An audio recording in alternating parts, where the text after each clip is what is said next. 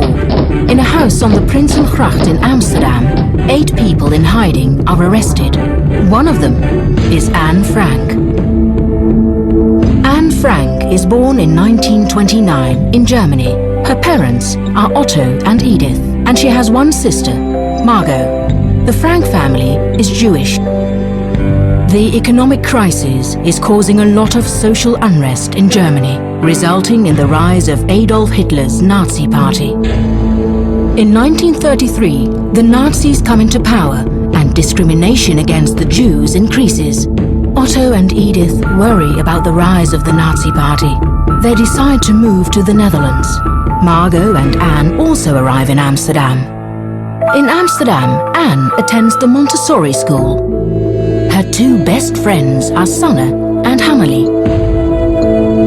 But then, in May 1940, the German army invades the Netherlands. The Nazis occupy large parts of Europe and start to discriminate against Jews everywhere. Anne and Margot have to switch to separate Jewish schools. One restriction is followed by another. For her 13th birthday, Anne receives a diary. This diary will become very important to her. Suddenly, on the 5th of July 1942, a letter arrives ordering Margot to leave for a Nazi labor camp. Otto and Edith have made secret preparations to go into hiding. Where would we go into hiding, Anne wonders. One of the first things she packs is her diary. Wearing as many clothes as possible, the Frank family leave their house. The hiding place is the annex at the office of Anne's father. Otto and Anne tidy up the annex.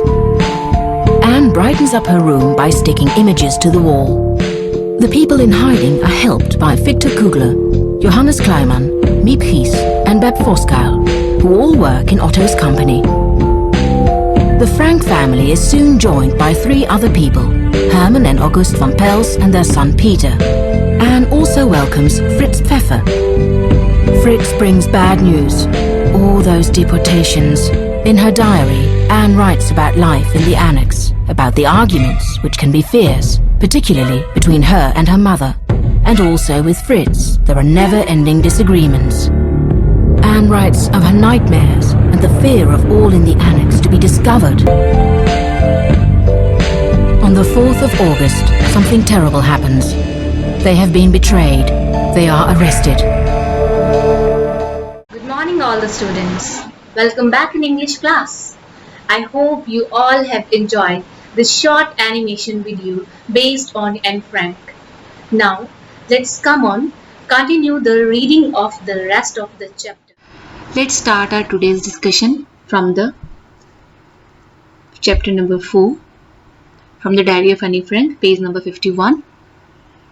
Since no one would understand a word of my stories to Kitty, if I were to plunge right in, I would better provide a brief sketch of my life, much as I dislike doing so.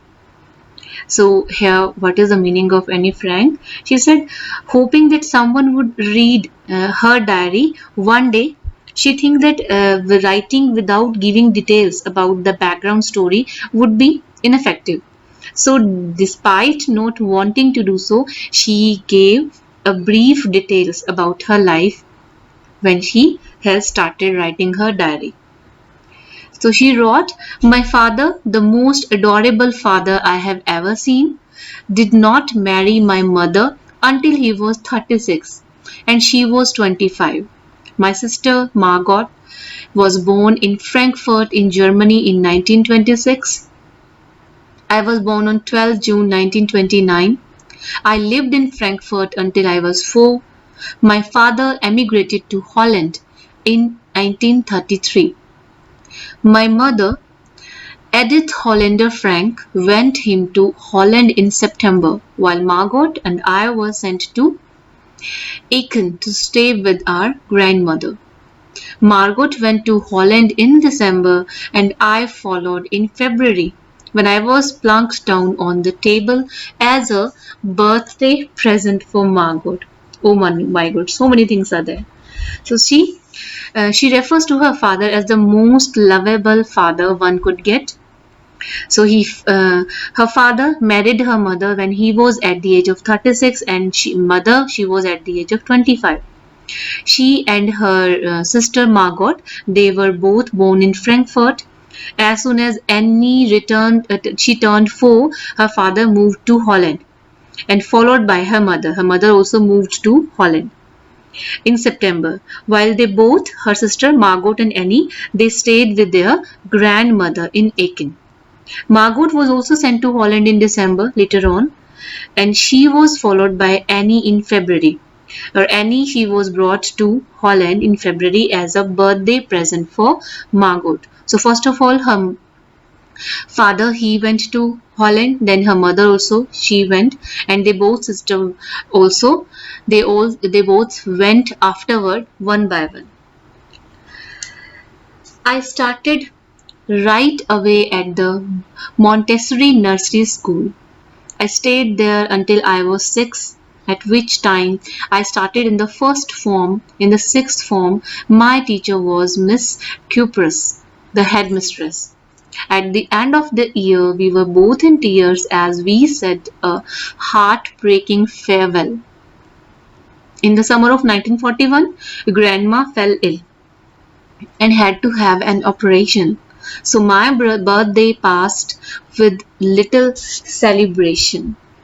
So further, she explained, in Holland, Annie was sent to Montessori Nursery School, and it was her first school, we can say. She started from the first form, and she had Miss Cupris, the headmistress of that school, as her teacher in the sixth form, sixth grade, who even cried at the time of farewell. In 1941, the author's birthday could not be celebrated. Why? Because her grandmother fell ill and underwent an operation. So everybody in the family, they were so disturbed. That is why her birthday, nobody was able to that moment celebrate her birthday. Then later on, Grandma died in January 1942. No one knows how often I think of her and still love her. This birthday celebration in 1942 was intended to make up for the other, and Grandma's candle was lit along with the rest. The four of us are still doing well, and that brings me to the present date of 20th June 1942 and the solemn dedication of my diary. Solemn means they're characterized by deep sincerity. So unfortunately, her grandmother, she left them in January 1942. She passed away at that moment, and Annie misses her grandmother, direly from her heart, and more than anyone knows. She loved her grandmother very deeply. This year's birthday was to be celebrated with great zeal so as to compensate for last year's. So they celebrated her birthday at a very grand level. She then mentions that her family is doing well, which sums up her background and brings her to the present date of June 20th, 1942, when she is writing her diary. So she wrote on the day Saturday 20th June 1942, and she named, first of all, she addressed her diary by writing, "Dearest Kitty, our our entire class is quaking in its boots." Quaking means shaking with fear or nervousness. Everybody was at that moment having a fearsome, or they were horrified. Why they were having that kind of feeling? So the reason, of course, is the forthcoming meeting in which the teachers decide who will move up to the next form and who will be kept back. Half the class is making bets. Gian and I laugh ourselves silly at the two boys behind us, Cian and Jakes, who have staked their entire holiday saving on their bet. And from morning to night, it's "you are going to pass," "no, I'm not," "yes, you are," "no, I'm not." Even G's pleading glances and my angry outburst can't calm them down. If you ask me, there are so many dummies that about a quarter of the class should be kept back, but teachers are the most unpredictable creatures on earth. Oh, how funny it is. So she said our entire class was quaking, they were shaking, they were trembling in their boots. And what was the reason?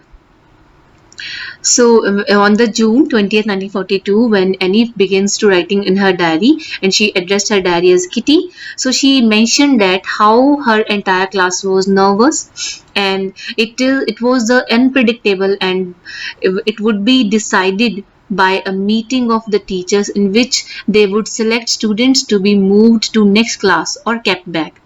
Many students were making bets at that moment that some had put in their entire summer savings at stake. They were making bets at that moment. She and her friend G also made fun of the nervous boys that why are exactly you are making bets.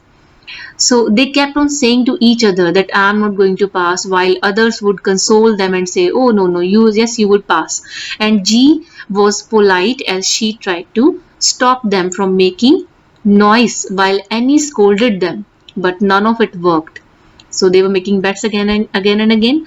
Annie scolded them very badly.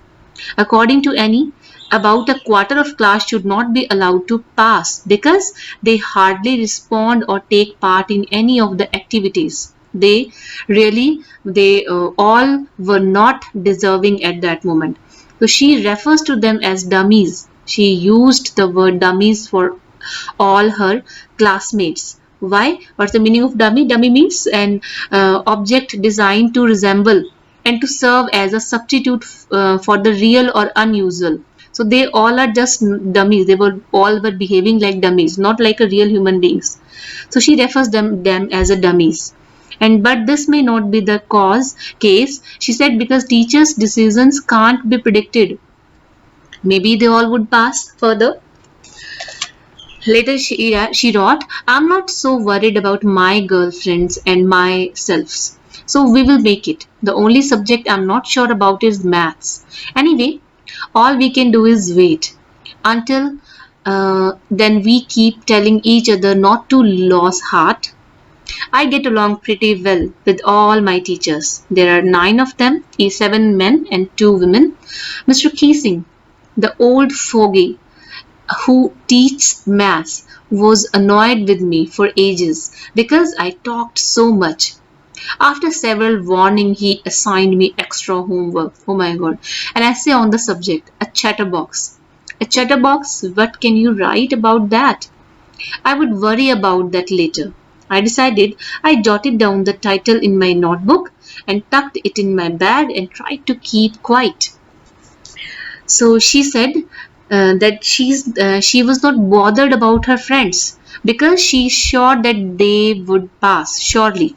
The only thing subject that she was unsure about was mathematics. She was worried about maths. She seemed to be having a tough time with the subject maths, but all they could do was wait for the result and not lose their hope. And she told how she had a great relationship with all her teachers except the maths teacher, the maths professor. He was constantly irritated by the author's talkativeness because Annie was so talkative in the class. Despite several warnings, Annie did not stop talking in the classes, which prompted him to give extra homework as punishment from the maths teacher. The first one was to write an essay on chatterbox, which she thought was a weird topic to write on. Because what could one write about that? So,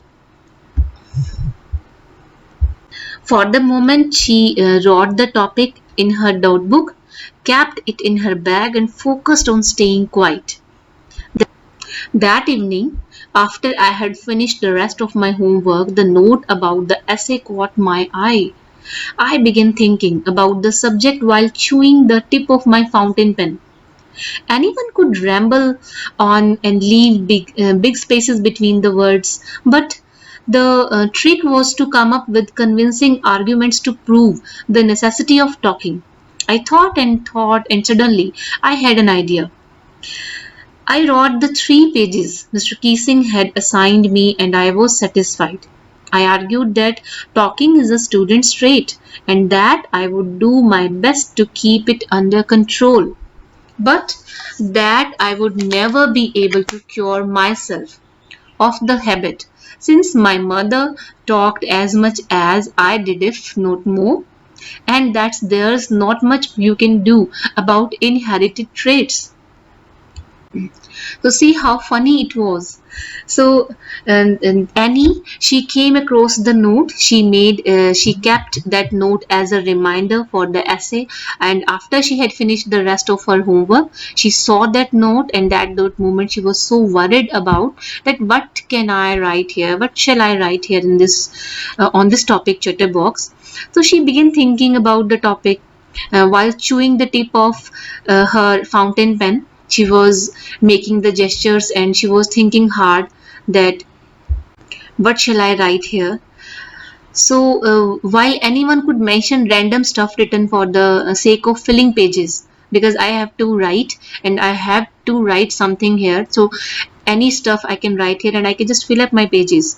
So what she did there, so she anyone she would write at that moment, any random stuff she would mention there, just to fill the pages. She wanted to present concrete arguments in support of talking. So she thought and thought, and she mentioned that she will try to better herself as a student, but talking is something that cannot be eliminated completely.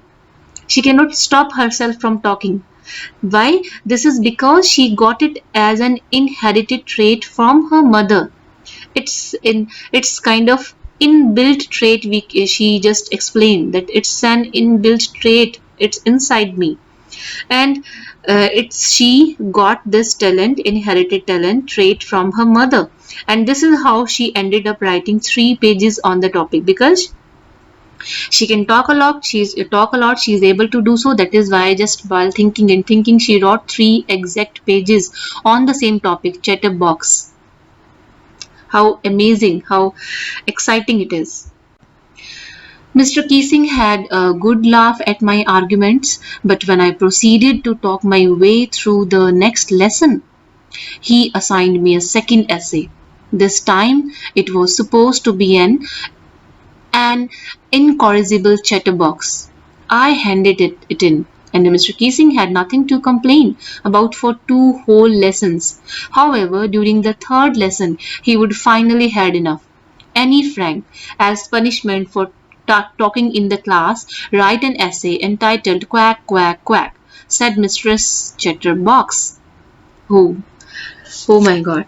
Then the professor found Annie's argument to be amusing, so he read it whole, her essay, and but when she did not stop talking in the next lesson, next class, and then next class, so he gave her yet another assignment as punishment, another essay, another topic, and it was now the topic was incorrigible chatterbox. And the meaning of incorrigible means not able to be changed, the thing that is really hard to change. So she wrote, now the topic she got, it was incorrigible chatterbox, and incorrigible refers to a bad habit that is difficult to change.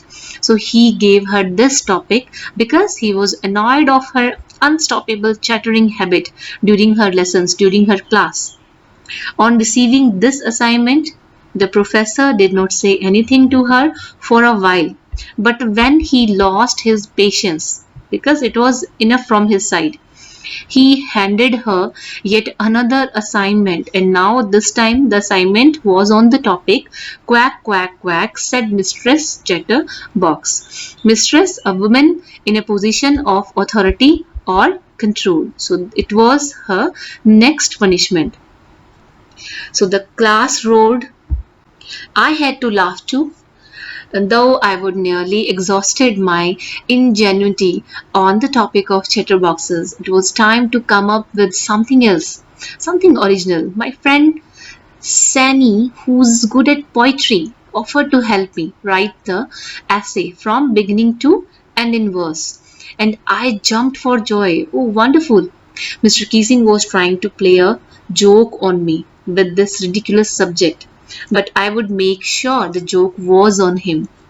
So I finished my poem and it was beautiful. It was about a mother duck and a father swan with three baby ducklings who were bitten to death by the father because they quacked too much. Luckily, Mr. Keesing took the joke the right way. He read the